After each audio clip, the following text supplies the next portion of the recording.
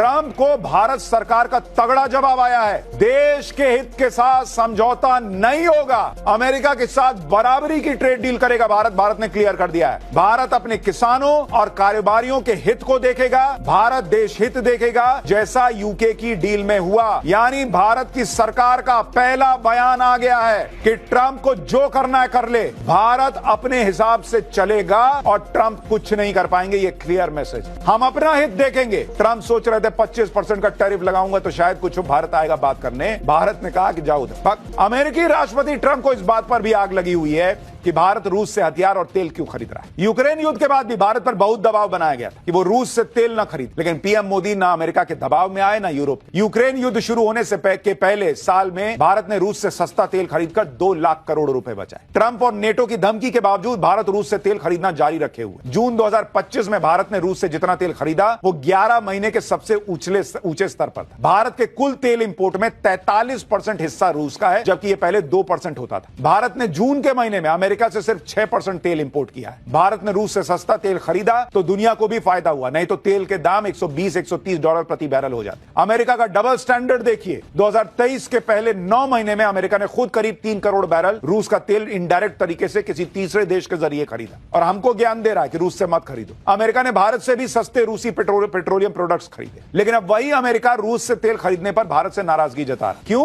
क्योंकि उसको प्रेशर बनाना है। प्रेशर लेते हैं। नरेंद्र मोदी प्रेशर नहीं लेते।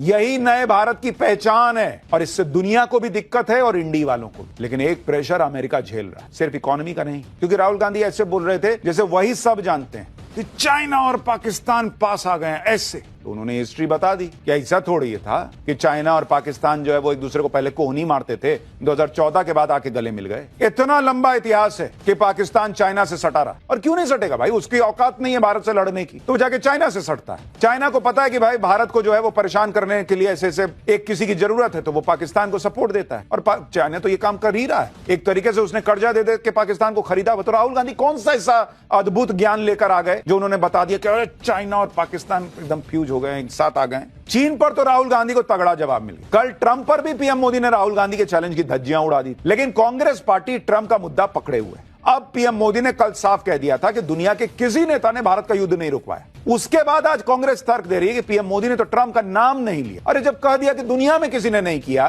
तो ट्रंप का नाम अकेले से काहे लेंगे भाई? क्यों लेंगे? फरमाइशी गीतमाला चल रही है कि झुमरी तलैया से पिंटू, बबली, चिंटू, मोहन और राहुल ने कहा है कि ट्रंप का नाम लीजिए, तो ट्रंप का नाम लिया जाएगा। जब कह रहे हैं कि दुनिया में किसी ने नहीं किया, तो दुनिया में किसी ने नहीं किया।